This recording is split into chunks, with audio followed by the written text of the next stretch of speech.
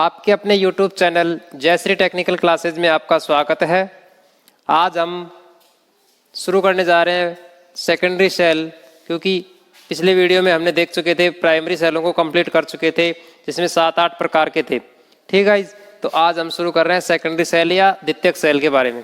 ठीक है, तो आज हम शुरू करेंगे सेकेंडरी सेल। और सेकेंडरी सेल भी कितने प्रकार के होते हैं ये आपको पता होगा, और नहीं पता है तो आज देख लो, इसको ध्यान से समझना है इसको, क्योंकि हर एग्जाम में, चाहे कोई सा भी एग्जाम हो, चाहे टेक्निकल हेल्पर का हो, चाहे डीएमआरसी का हो, चाहे आईटीआई का एग्जाम हो, उसमें भी हर बार क्वेश्चन सेकेंडरी सेल यानी कि लेड एसिड सेल में से ही पूछा जाता है। ठीक है, तो आज हम शुरू कर रहे हैं। पहला सेल है हमारे पास सीसा संचायक सेल। सीसा संचायक सेल, ठीक है गाइस। सीसा संचायक सेल होता क्या है, उससे पहले हम ये देखते हैं कि सेकेंडरी सेल होता क्या है। प्राइमरी सेल हमने देखा था, प्राइमरी सेल क्या करता था कि रासायनिक ऊर्जा को डायरेक्ट विद्युत ऊर्जा में परिवर्तित करता था। ठीक है, तो इसी प्रकार से अगर मैं सेकेंडरी सेल की अगर मैं बात करूं तो सेकेंडरी सेल क्या होता है, तो सबसे पहले उसको क्या दी जाती है कि विद्युत ऊर्जा दी जाती है, और विद्युत ऊर्जा देने के बाद में वो अपने क्या करता है, रासायनिक ऊर्जा में एकत्रित करता है। अब वो एकत्रित करने के बाद में फिर उसको क्या करता है कि रासायनिक ऊर्जा को विद्युत ऊर्जा में परिवर्तित कर देता है। ठीक है, तो वो क्या कहलाता है, यहाँ पे सेकेंडरी सेल कहलाता है। ठीक है, तो ये हमारे पास था सेकेंडरी सेल। और सेकेंडरी सेल निम्न प्रकार के होते हैं, जिसमें पहला है लेड एसिड सेल, दूसरा है निकिल आयरन सेल, और तीसरा है निकिल कैडमियम सेल। ठीक है, तो हम पहला सेल पढ़ेंगे सीसा संचायक सेल, या इसको हम कह सकते हैं lead acid cell. Lead acid cell, ठीक है, तो ये हमारे पास क्या है, लेड एसिड सेल या सीसा संचायक सेल होता है। ठीक है, तो सीसा संचायक सेल या लेड एसिड बैटरी को हम समझते हैं। ध्यान से समझना इसको, कि जैसे आप देख रहे होगे या आप डायग्राम देख रहे होगे। ठीक है, तो ये डायग्राम किसका बना हुआ है, ये डायग्राम सीसा संचायक सेल का ही बना हुआ है। ठीक है, तो इस सीसा संचायक को पढ़ने से पहले इसकी जो डायग्राम है, उस डायग्राम को की संरचना को देखते हैं। ठीक है गाइस, इसकी संरचना को देखते हैं। तो संरचना को देखते हैं तो आपको दिख रहा होगा कि इसके अंदर क्या क्या लगा हुआ है, क्या नहीं है, क्या नहीं है। ठीक है, तो हम इसको शुरू करते हैं। ठीक है, तो आप सबसे पहले ये चीज देखो कि ये जो पात्र बना हुआ है, जिसको हम बोलते हैं कंटेनर। ठीक है गाइस, क्या बोलते हैं इसको, कंटेनर बोलते हैं। और ध्यान रखना, इस कंटेनर को हम कंटेनर, ठीक है, इस कंटेनर को हम धारक भी बोलते हैं। क्वेश्चन आ सकता है कि जो पात्र बना हुआ है वो पात्र किसका है, कंटेनर जिसको हम बोल रहे हैं वो पात्र है। जो बना हुआ है वो धारक भी इसको बोल सकते हैं, लेकिन ये बना किसका हुआ होता है। ठीक है, तो बना हुआ होता है कठोर रबड़ का बना हुआ होता है। ठीक है दोस्तों, कठोर रबड़ का। ठीक है, जैसे ये पात्र बना हुआ है, ये कंटेनर है जिसको हम धारक बोलते हैं। जैसे हमने लिख रखा है कि हार्ड रबड़ पॉट, यानी कि कठोर रबड़ का पात्र बना हुआ है। ठीक है, तो ये जो कठोर रबड़ का पात्र बना हुआ है, इस कठोर रबड़ के पात्र के अंदर या कंटेनर या धारक के अंदर जो इलेक्ट्रोलाइट भरा हुआ है। ठीक है, और सबसे पहले इसको हम देखते हैं कि ये काम क्या करता है। ठीक है, जो धारक होता है, कंटेनर होता है, काम क्या करता है, काम ये करता है कि इसके अंदर जो प्लेटें लगी हुई हैं और इलेक्ट्रोलाइट भरा हुआ है, उसको एकत्रित करके उसको क्या करता है, सुरक्षा प्रदान करता है। ठीक है, तो ये क्या करता है, इलेक्ट्रोलाइट को और प्लेटों को सुरक्षा प्रदान करता है कि भाई जो आपदाएं होती हैं उनसे क्या करता है, बचाने की कोशिश करता है, कि भाई चोटों से इसको बचाने की कोशिश करता है क्या, कंटेनर। ठीक है, क्योंकि यहाँ पे कठोर रबड़ का बना हुआ होता है। ठीक है, तो ये क्या करता है, इलेक्ट्रोलाइट और प्लेटों की सुरक्षा करता है। ठीक है, तो इलेक्ट्रोलाइट और प्लेटों की सुरक्षा तो हो गई। इसके बाद में क्या करता है, इसके अंदर मैं इलेक्ट्रोलाइट की अगर बात करूं, इलेक्ट्रोलाइट की अगर मैं बात करूं तो इसके अंदर जो लेड एसिड सेल के अंदर क्या होता है, इलेक्ट्रोलाइट भरा हुआ होता है। कौन सा होता है वो हमारे पास, कौन सा होता है, H2SO4। ठीक है, H2SO4 भरा हुआ होता है। इस H2SO4 जिसको हम बोलते हैं तनुगंधक अम्ल, गंधक अम्ल। एक मिनट दोस्तों।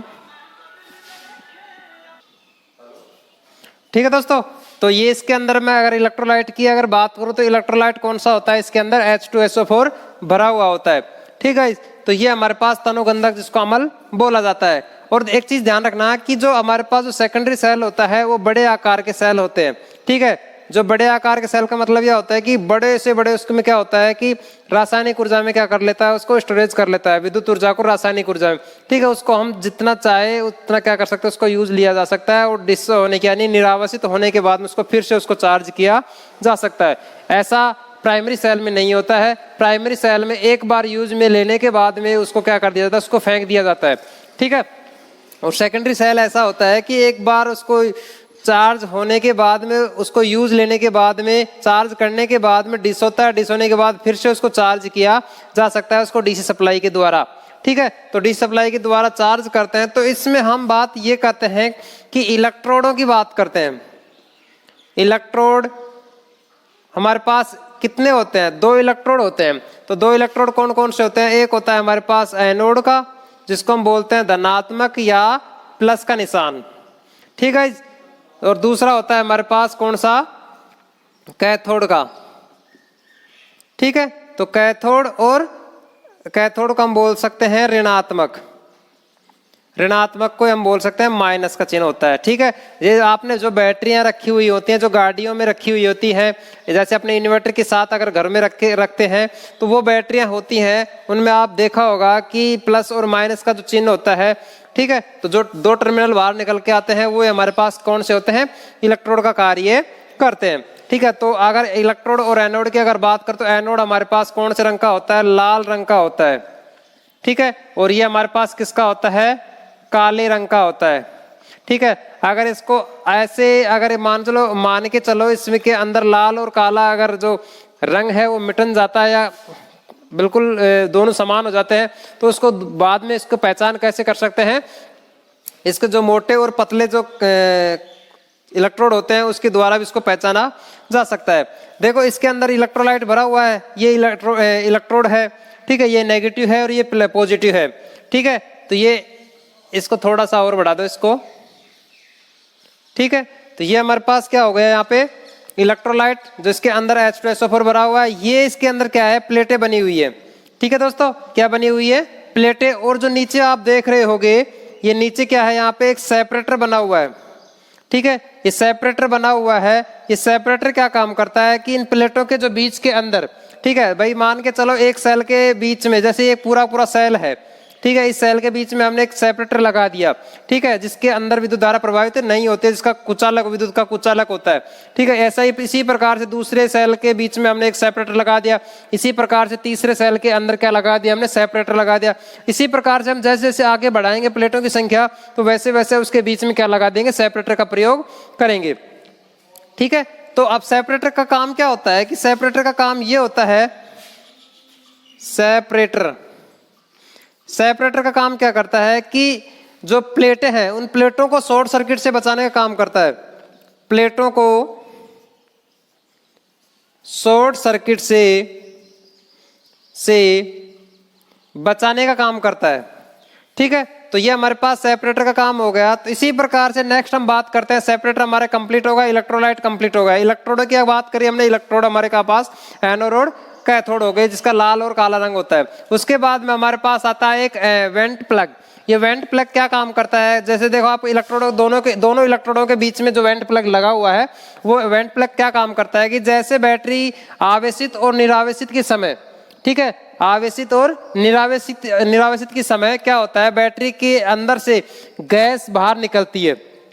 ठीक है, तो गैस बाहर निकलती है तो वो किसके माध्यम से निकलती है, एक वेंट प्लग लगा हुआ है। वो वेंट प्लग क्या करता है, गैस को बाहर निकालने का कार्य करता है। तो वो गैस कौन सी होती है, इसके अंदर हाइड्रोजन गैस होती है, हाइड्रोजन गैस। और किसके द्वारा बाहर निकलती है, वेंट प्लग के माध्यम से।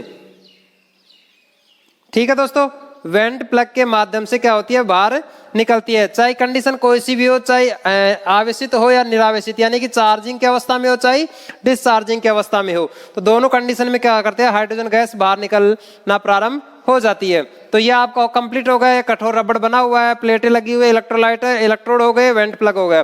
तो ये तो क्या है, इसकी संरचना होगी किसकी, धारक या कंटेनर की।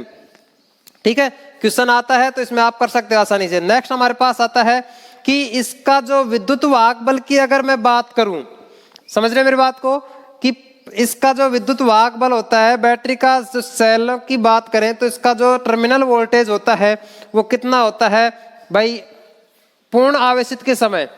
ठीक है, पूर्ण आवेशित के समय क्या होता है, पूर्ण आवेशित की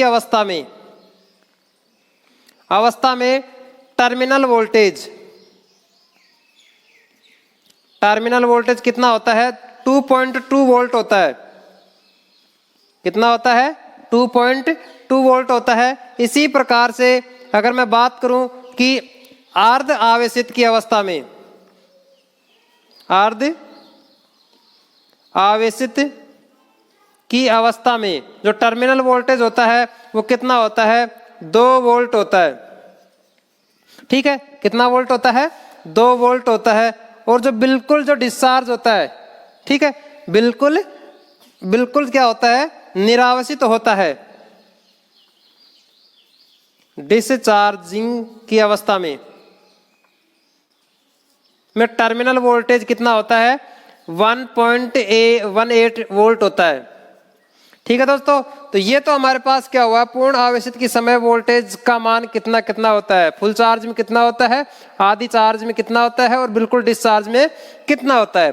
ठीक है, तो इसी प्रकार से नेक्स्ट अगर मैं बात करता हूं तो इसके जो आपेक्षित घनत्व की बात करें, ठीक है, तो इसके जो आपेक्षित घनत्व की अगर मैं बात करूं, पूर्ण आवेशित की समय की बात कर रहा हूं यहाँ पे। ठीक है, पूर्ण आवेशित के समय आपेक्षिक घनत्व। ठीक है, तो पूर्ण आवेशित के समय जब आपेक्षित घनत्व होता है कितना होता है, 1.25 से 1.28 वोल्ट होता है। ठीक है, कितना होता है, 1.25 से 1.28 होता है। इसी प्रकार से अगर मैं बात करूं सेमीकंडक्टर यानी कि अर्ध आवेशित के समय, अर्ध आवेशित के समय जो आपेक्षित घनत्व होता है वो कितना होता है, 1.21 से 1.25 तक होता है। ठीक है गाइज, कितना होता है, क्योंकि इसमें जो क्वेश्चन आपेक्षित घनत्व की बात कर रहे हैं ना, तो जो हमारे पास जो लेड एसिड सेल है उसमें से हर बार क्वेश्चन पूछता है, चाहे कहीं न कहीं से पूछ सकता है कि उसका जो आपेक्षित घनत्व पूर्ण आवेशित के समय पूछ सकता है, और उसका जो पूर्ण आवेशित के समय उसका टर्मिनल वोल्टेज भी पूछ सकता है। ठीक है, उसका जो इलेक्ट्रोलाइट भी पूछ सकता है, कुछ भी पूछ सकता है इसके अंदर से। ठीक है, तो इसके बाद में हमारे पास डिस्चार्ज की अवस्था में होती है, डिस्चार्जिंग की अवस्था के समय होती है, उसका जो आपेक्षित घनत्व की बात करें तो कितना होता है, 1.8 से 1.21 तक होता है। ठीक है दोस्तों, तो ये तो हमारे पास क्या हुआ है, इसका जो आपेक्षित घनत्व की बात करें। ठीक है, तो इसका जो टर्मिनल वोल्टेज भी हो गया और ये हमारे पास पूर्ण आवेशित के समय भी इसका जो आपेक्षित घनत्व भी कंप्लीट हो गया। ठीक है, तो आगे चलते हैं। इसके आगे क्या है, इसके आगे है एक छोटा सा नोट डाल के लिख लेना। नोट डाल के क्या लिखोगे, तो नोट डाल के ये चीज आपको नोट करनी है कि जो सीसा संचायक सेल होता है, सीसा संचायक सेल धनात्मक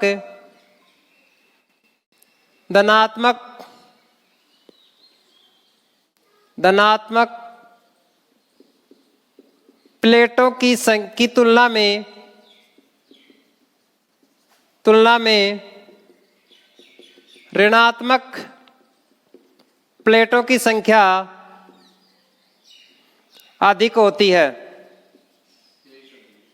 ठीक है, अधिक होती है यानी कि एक अधिक होती है। चाहे आप मानो कि भाई इसकी दो है तो ऋणात्मक प्लेटों की संख्या 3 हो जाएगी। समझ रहे हो मेरी बात को? अगर धनात्मक प्लेटों की संख्या 1 है तो ऋणात्मक प्लेटों की संख्या कितनी हो जाएगी, 2 हो जाएगी, यानी कि 1 अधिक होगी। ठीक है, होगी। तो इसी प्रकार से हम कह सकते हैं कि ये तो हमारे पास कंप्लीट हुआ है। ठीक है, तो अगर ये क्यों होती है, ऐसे भी क्वेश्चन आ सकता है कि धनात्मक प्लेटों की संख्या से ऋणात्मक प्लेटों की संख्या अधिक क्यों होती है, क्योंकि एक व्याकुचन यानी कि बकलिंग दोष होता है। ठीक है, जब बैटरी को आवेशित और निरावेशित की समय क्या करता है, बैटरी की जो प्लेटें हैं वो टेढ़ी मेढ़ी हो जाती है, बकलिंग व्याकुचन बोलते हैं। वो दोष क्या हो जाता है यहाँ पे उत्पन्न हो जाता है। इस वजह से क्या होता है, प्लेट ऋणात्मक प्लेटों की संख्या क्या होती है, अधिक हो जाती है। ठीक है दोस्तों, तो नेक्स्ट हम बात करते हैं अब धनात्मक प्लेटों की। अगर मैं बात करूं तो धनात्मक जो प्लेटें होती है लेड एसिड सेल की, वो दो प्रकार की होती हैं। समझने मेरी बात को, जो धनात्मक प्लेटें होती हैं, धनात्मक प्लेटें दो प्रकार की होती है, दो प्रकार की होती हैं। और वो धनात्मक प्लेटें दो प्रकार की होती है, इसी वजह से क्या होता है, और ध्यान रखना कि जो धनात्मक प्लेटें होती है शीशे यानी लेड की बनी हुई होती है, लेड या शीशे यानी की बनी होती है। ठीक है, तो ये तो हमारे पास धनात्मक प्लेटें दो प्रकार की होती हैं, जिस हमारी किसकी बनी होती है, लेड या शीशे की बनी हुई होती है। तो दो प्रकार कौन कौन से है इसमें, तो एक तो होता है हमारे पास प्लांटे प्लेटें। ठीक है, तो ये चीज आप ध्यान रखना कि प्लांटे और दूसरी हमारे पास होती है फोर वे प्लेटें। ठीक है, तो फोर वे प्लेटें और जो प्लांटे प्लेटें होती हैं, इनको हम देखते हैं कि जब बैटरी को आवेशित और निरावेशित के समय जो मूल आकार दिया जाता है वो किसकी बनी हुई होती है। ठीक है, तो ध्यान रखना कि क्यों क्वेश्चन यहाँ से बनता है कि धनात्मक प्लेटें जो प्लांटे प्लेटें होती है किसकी बनी हुई होती है। ठीक है, इतना ही क्वेश्चन पूछ सकता है इसके अंदर से, तो बनी किसकी होती है, PbO3O4 की बनी हुई होती है। ठीक है गाइज, किसकी बनी हुई होती है, PbO3O4 की बनी हुई होती है, मूल आकार के समय जो आवेशित और निरावेशित के समय कार्य करता है। ठीक है, तो ये और नेक्स्ट हमारे पास आता है फोर वे प्लेटें। तो फोर वे प्लेटें किसकी बनी हुई होती है, PbO2 की बनी हुई होती है। ठीक है, किसकी बनी हुई होती है, PbO2 की बनी हुई होती है। तो ये तो थी हमारे पास किसकी, धनात्मक प्लेटें के जो प्लांटे और फोर वे था। ठीक है, तो ये तो थी हमारे पास संरचना के बारे में पूरे डिटेल से हमने इसको पढ़ लिया। अब जो सेल होता है उस सेल को क्या करेंगे, चार्जिंग और डिस्चार्जिंग करेंगे। ठीक है, यानी कि उसको सबसे पहले हम चार्जिंग की अवस्था में इसको देखते हैं कि चार्जिंग के समय कौन सी क्रिया संपन्न की जाती है और डिस्चार्जिंग के समय कौन सी क्रिया संपन्न की जाती है। ठीक है गाइस, तो हम आगे देखते हैं। ठीक है दोस्तों, तो हम बात करते हैं लेड एसिड सेल की जो चार्जिंग अवस्था में और डिस्चार्जिंग अवस्था में जो रासायनिक क्रिया संपन्न की जाती है वो कैसे किस प्रकार से होती है। तो जैसे मान लिया कि इस बैटरी को मैं चार्ज कर रहा हूं, तो चार्जिंग करते समय जो रासायनिक क्रिया संपन्न हो रही है, तो चार्जिंग अवस्था की मैं बात कर रहा हूं यहाँ पे। ठीक है, तो चार्जिंग अवस्था में जो H2 यानी कि जल प्लस दो आयनों में विभक्त हुआ है कि 2H पॉजिटिव हो गया प्लस O नेगेटिव हो गया। ठीक है, ऑक्सीजन। तो इस प्रकार से अगर मैं एनोड पे जो क्रियाएं होती हैं चार्जिंग की अवस्था में, तो हमारे पास जो क्रिया करवा रहे हैं तो वो कौन कौन से रासायनिक हम पदार्थ ले रहे हैं, तो PbSO4 प्लस H2O के साथ, यानी कि PbSO4 यानी कि लेड ऑक्साइड के साथ अगर जल को मिलाया जाता है तो हमारे पास जो क्रियाएं होती है वो हमारे पास रिजल्ट क्या निकल के आता है, PbO2 प्लस H2SO4, यानी कि PbO2 क्या होती है यहाँ पे, लेड पर ऑक्साइड। ठीक है दोस्तों, तो हमारे पास चार्जिंग की अवस्था में जो एनोड की जो छड़ होती है PbO2 की बन जाती है। लेकिन ध्यान रखना कि जो एनोड की जो छड़ होती है उसका रंग क्या होता है, तो रंग होता है उसका भूरा और चॉकलेटी होता है। ठीक है दोस्तों, तो क्वेश्चन यहां से बन सकता है। इसी प्रकार से अगर मैं कैथोड की अगर बात करूं तो कैथोड पे जो क्रियाएं की जा रही है तो PbSO4 प्लस 2H पॉजिटिव के साथ अगर क्रियाएं की जाती है तो हमारे पास जो बन के रिजल्ट निकल के आता है Pb प्लस H2SO4, यानी कि Pb हमारे पास क्या हुआ यहाँ पे,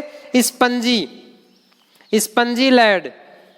ठीक है, स्पंजी लेड बन जाती है। और ये हम कह सकते हैं कि चार्जिंग की अवस्था में जो कैथोड की जो छड़ होती है स्पंजी लेड यानी कि Pb की बन जाती है। इसका रंग की मैं बात करूं तो रंग क्या होता है इसका, सलेटी और धूसर हो सकता है। ठीक है, तो ये तो हमारे पास किसका, चार्जिंग की अवस्था में। तो मैं इसको एक नोट डाल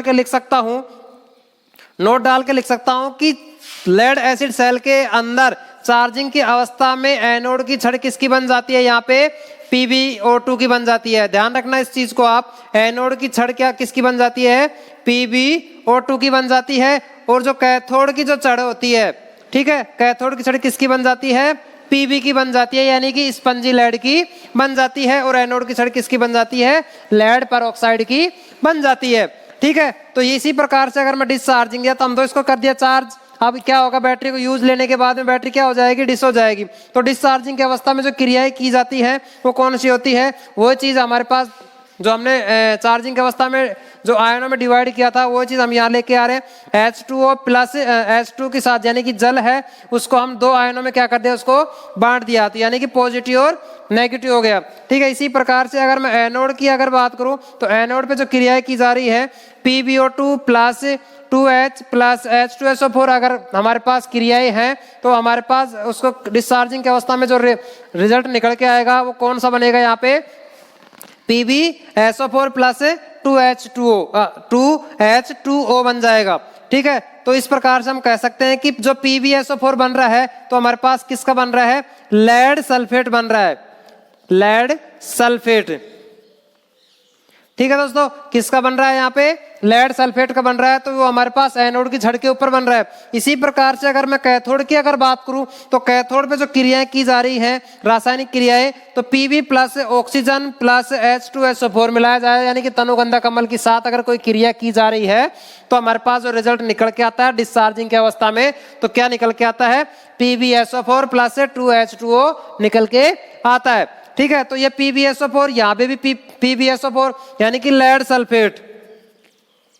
ठीक है दोस्तों, तो हम कह सकते हैं कि डिस्चार्जिंग की अवस्था में जो दोनों प्लेटें यानी कि एनोड और कैथोड प्लेटें किसकी बनी हुई होती है, PbSO4 की बनी हुई होती है, यानी कि लेड सल्फेट की बनी हुई होती है। तो हम इसको नोट डाल के लिख सकते हैं इसको, जैसे हमने ये डिस्चार्जिंग की अवस्था में लिखा कि एनोड की छड़ तथा कैथोड की छड़, कैथोड की छड़ किसकी बनी होती है, PbSO4 की बनी होती है। ठीक है गाइस, तो ये तो हमारे पास क्या था, यहाँ पे चार्जिंग और डिस्चार्जिंग की क्रियाएं संपन्न हो गई। तो हम कह सकते हैं यहाँ पे चार्जिंग की अवस्था में जो एनोड की जो कैथोड की छड़ होती है Pb की होती है, और ये हमारे पास किसकी होती है, PbO2 की बन जाती है।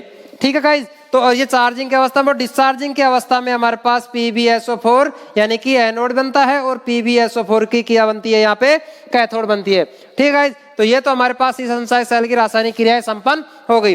ठीक है, तो हम बात करते हैं आगे इसके दोषों की, कि सेल के अंदर जो दोष उत्पन्न होते हैं वो कौन कौन से होते हैं। तो आपको पता होगा कि जो आप कोई भी कार्य करवाते हैं या कोई भी कार्य करने से पहले उसके दोष जरूरी है, क्योंकि जो भी होता है उसमें क्या होता है कि जैसे कोई भी क्रिया की जा रही है तो उसके अंदर दोष तो जरूर मिलेंगे आपको। ठीक है, तो दोष हम बात कर सकते हैं कि दोष कितने प्रकार के होते हैं, 4 प्रकार के होते हैं। ठीक है, तो दोष अगर मैं बात करूं यहाँ पे दोष, ठीक है, दोष मुख्यतः कितने प्रकार के होते हैं, 4 प्रकार के होते हैं। ठीक है, तो 4 प्रकार, जिसमें हम बात करते हैं पहले सल्फेशन दोष की या सेडिमेंटेशन दोष की, सेडिमेंटेशन दोष, यानी कि इसको हम कह सकते हैं क्या, सेडिमेंटेशन दोष। और दूसरा होता है हमारे पास कौन सा, कोरोजन।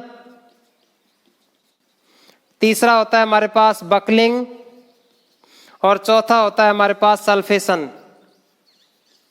सल्फेशन। ठीक है, सल्फेशन, बकलिंग, कोरोजन और सेडिमेंटेशन को हम कह सकते हैं कि लघु आंशिक दोष। ठीक है, और इस सल्फेशन को हम दृढ़ सल्फेशन के नाम से भी क्या कर सकते हैं, इसको जाना जा सकता है। ठीक है, अब सेडिमेंटेशन दोष की अगर मैं बात करता हूं तो ये हमारे पास क्या है, कोई सेल है, देखिए क्या है, यहाँ पे कोई बैटरी या सेल है, तो इस बैटरी और सेल में जब चार्ज करते हैं या डिस्चार्ज करते हैं उस टाइम क्या होता है, पात्र का जो है, ठीक है, जो इसके अंदर जो इलेक्ट्रोलाइट भरा हुआ है, इलेक्ट्रोलाइट क्या होता है, इसके अंदर मैं कोई आसूत जल न डालकर, यानी कि सादा पानी इसके अंदर डाल देता हूं, तो उस समय क्या होता है कि जो इसके जो तल ही है, तली नीचे जिसको हम बोलते हैं प्लेटों के नीचे क्या हो जाती है, तलछट जम जाती है। तलछट का मतलब क्या है, यहाँ पे अशुद्ध है। ठीक है दोस्तों, क्या है यहाँ पे, अशुद्ध है, और अशुद्ध क्या करता है, यहाँ पे प्लेटों को शॉर्ट सर्किट कर देता है। ठीक है, जैसे मैं इस बैटरी को चार्ज करूंगा तो चार्ज करने से क्या होगा, यहाँ पे जो पानी डाला हमने, सादा पानी डाला है, तो वो क्या होगा, एक अशुद्ध होगा, अशुद्ध होगा तो वहां पे क्या होगा, शॉर्ट सर्किट होगा। तो इस वजह से हम कह सकते हैं कि सेडिमेंटेशन दोष क्या होता है कि अशुद्ध जल न डालकर उसके अंदर सादा पानी डाल दिया जाता है, तो क्या होता है वहां पे जो सेडिमेंटेशन दोष उत्पन्न हो जाता है। तो इसका उपाय यही है कि उपाय क्या करोगे, कोई भी बैटरी हो, उस बैटरी के अंदर अशुद्ध जल का प्रयोग किया जाता है। ठीक है, इसी प्रकार से नेक्स्ट हमारे पास आता है कोरोजन। कोरोजन क्या होता है, जैसे हमारे पास इलेक्ट्रोड ये हमारे पास है, एनोड और कैथोड है। ठीक है, इन एनोड और कैथोड के ऊपर जो आपने देखा होगा एक सफेद सफेद सा कार्बन सा जम जाता है। ठीक है, तो वो सफेद सफेद कार्बन जमना ही हमारे पास क्या है, कोरोजन दोष उत्पन्न हो जाता है। ठीक है, सफेद कार्बन जमना ही क्या होता है, कोरोजन दोष उत्पन्न हो जाता है। तो इस दोष को दूर करने के लिए क्या करते हैं, तो इस दोष को दूर करने के लिए क्या करेंगे, हम गर्म पानी करेंगे। ठीक है, इस गर्म पानी से गीले कपड़े को लेकर इस टर्मिनलों को क्या करेंगे, साफ करेंगे, और गर्म पानी से साफ करने के बाद में क्या होगा, यहाँ पे उसको ग्रीस या ऑयल का प्रयोग किया जा सकता है। ठीक है, ये इस प्रकार से कोरोना दोष को भी क्या कर सकते हैं, उसको दूर किया जा सकता है। इसी प्रकार से बकलिंग दोष की मैं बात करूं तो बकलिंग दोष क्या होता है कि बैटरी को चार्ज या डिस्चार्ज करने, यानी कि आवेशित और निरावेशित के समय क्या होता है, बैटरी की जो प्लेटें हैं वो क्या हो जाती है, टेढ़ी मेढ़ी हो जाती है। क्या हो जाती है, टेढ़ी मेढ़ी हो जाती है। तो टेढ़ी मेढ़ी होने से ही हमारे पास क्या हो जाता है, यहाँ पे बकलिंग दोष उत्पन्न हो जाता है। ठीक है, तो ये बकलिंग दोष क्या होगा, यहाँ पे उत्पन्न हो गया। तो इस बकलिंग दोष को क्या करेंगे कि जो इसके जो चार्जिंग के समय जो टेढ़ी मेढ़ी हो रही हैं, तो बैटरी की जो प्लेटें हैं उनको क्या करेंगे कि जो हाइड्रोजन की जो गैस, सॉरी एक मिनट रुकना भाई। ठीक है दोस्तों, तो इसको हम दोबारा से देखते हैं बकलिंग दोष को। ठीक है दोस्तों, तो हम बात कर रहे हैं यहाँ पे बकलिंग दोष की। तो बकलिंग दोष क्या होता है कि बैटरी को जब चार्ज किया जाता है तो चार्ज करते समय क्या होता है, बैटरी की प्लेटें क्या होता है, टेढ़ी मेढ़ी हो जाती है। यानी कि मैं कह सकता हूं कि बैटरी को अधिक करंट, ठीक है, अधिक करंट देने से चार्ज कर रहे हैं, उसको अधिक करंट देकर चार्ज कर रहे हैं या कम हो रही है, तो उसमें क्या होता है, बैटरी की प्लेटें क्या टेढ़ी मेढ़ी हो जाती है। तो टेढ़ी मेढ़ी होंगे तो वहां पे क्या होगा, बैटरी क्या होगी, शॉर्ट सर्किट होने की संभावना बन जाती है। तो इस शॉर्ट सर्किट यानी कि बन जाती है तो बकलिंग दोष हो गया। ठीक है, तो बकलिंग दोष, इसको उपाय क्या है, इसका उपाय यही है कि धीरे धीरे क्या करे, इसको चार्ज करे। ठीक है, यानी कि कम धारा के ऊपर इसको चार्ज करे। समझ रहे मेरी बात को, तो ये इसको कम धारा पे इसको चार्ज करे, धीरे धीरे इसको चार्ज करे। तो ये बकलिंग दोष के उपाय है। इसी प्रकार से सल्फेशन दोष होता है। सल्फेशन दोष क्या होता है कि कोई बैटरी लंबे समय से उसको यूज नहीं किया जा रहा है, यानी कि आवेशित नहीं किया जा रहा है, यानी कि उसको चार्ज नहीं किया जा रहा है या उसका यूज नहीं लिया जा रहा है, तो उस समय क्या होता है, बैटरी का जो कठोर रबड़ यानी कि हार्ड रबड़ पॉट बना हुआ होता है, उसका जो कार्बन है वो कार्बन क्या हो जाता है, नीचे जमना शुरू हो जाता है। समझ रहे मेरी बात को, तो जैसे जम जाता है तो बैटरी लंबे समय से उसको आवेशित न रहने से बैटरी क्या हो जाती है, उसका जो इलेक्ट्रोलाइट है वो क्या हो जाता है, गाढ़ा हो जाता है या ठोस हो जाता है। ठीक है, तो इस वजह से क्या होती है, सल्फेशन दोष उत्पन्न हो जाता है। तो इस दोष को दूर करने के लिए क्या करेंगे कि हम इस प्रकार से देखते हैं कि बैटरी को धीरे धीरे चार्ज करें। समझ रहे हैं मेरी बात को, बैटरी को धीरे धीरे चार्ज करें, और धीरे धीरे चार्ज करने का मतलब यह है कि 1 सप्ताह तक उसको चार्ज करें। ठीक है, तो यानी कि हम कह सकते हैं कि उसको 6 एम्पियर से अधिक धारा उसके अंदर नहीं दे सकते। ठीक है, और 25 एम्पियर से कम, यानी कि हम कह सकते हैं कंडीशन इसकी बन सकती है कि 2 से 5% के समय 2 से 5% की कंडीशन में उसको हम बैटरी को चार्ज कर सकते हैं। ठीक है, 25 एम्पियर से ज्यादा करंट नहीं ले सकते, क्योंकि अगर इससे ज्यादा लेंगे तो प्लेटें क्या हो जाते हैं, बिल्कुल शॉर्ट सर्किट हो जाते हैं। तो ये हमारे पास सल्फेशन दोष कंप्लीट होता है। ठीक है गाइस, तो ये आपको वीडियो अच्छा लगा हो तो लाइक जरूर कर देना, शेयर करना ना भूले, सब्सक्राइबर जरूर कर लेना इस चैनल पे आप नए हो तो, और बेल आइकन को जरूर दबा लेना, जो भी हमारी तरफ से कोई नोटिफिकेशन होगी आप तक पहुंच जाएगी। Thank you.